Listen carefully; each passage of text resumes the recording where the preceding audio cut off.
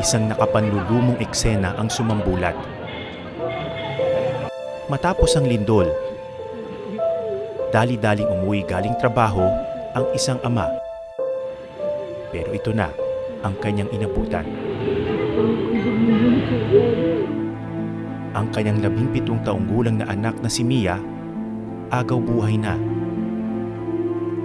Matapos madaganan ng pader ng gumuho nilang bahay.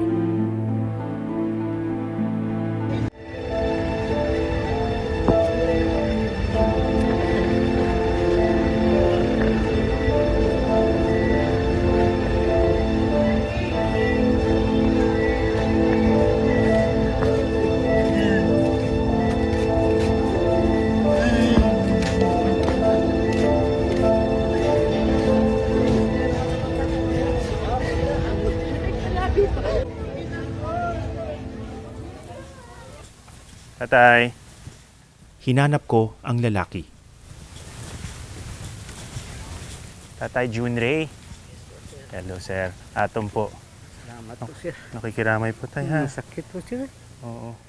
Siya si Tatay Junray, caretaker sa isang farm. Dami namang kinuhang buhay.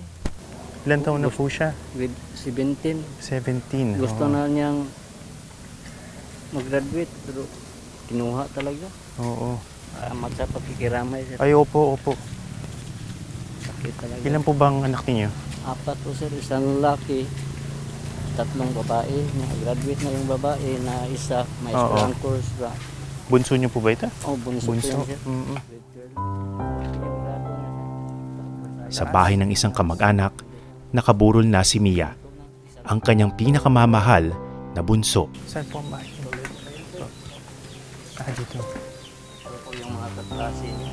Oo.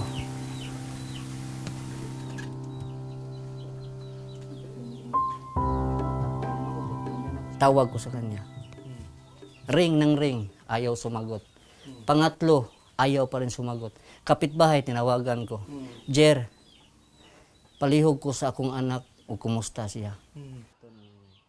Kahit delikado at nagkabitak-bitak na ang mga daan, dali-daling umuwi si Junray sakay ng kanyang motorsiklo. Nak, sabi ko, nak, nandito na si papa mo.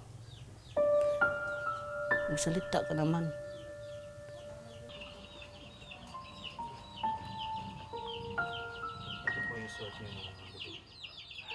Ito yung sinusuot ko yung gabi ng pag sa trahedya. Ito yun. Pati ito, yun. Kaniya yung mga larawan ng mga patak na dugo. Dito siya sa aking mga kamay, nagkaganon ako. Pati ito, katawan. Ito naman, dito naman po ito. Pati, Puro dugo. oh, dito. Ito mga, kasi naganon man ako, sir. Oo. Naganon man ako sa kanya. Hindi po ba mahirap makita yung ganyan ng mga bakas ng nangyari? So, sa akin talaga, itapon talaga ito. Kasi nandito naman siya kahit masakit.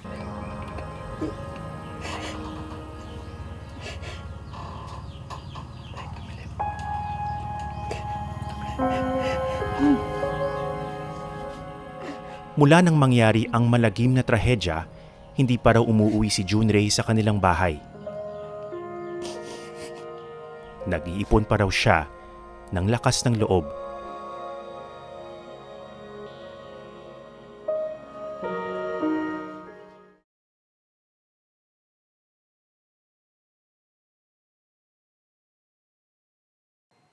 Maraming salamat sa panonood ng Eyewitness, mga kapuso. Anong masasabi niyo sa dokumentaryong ito?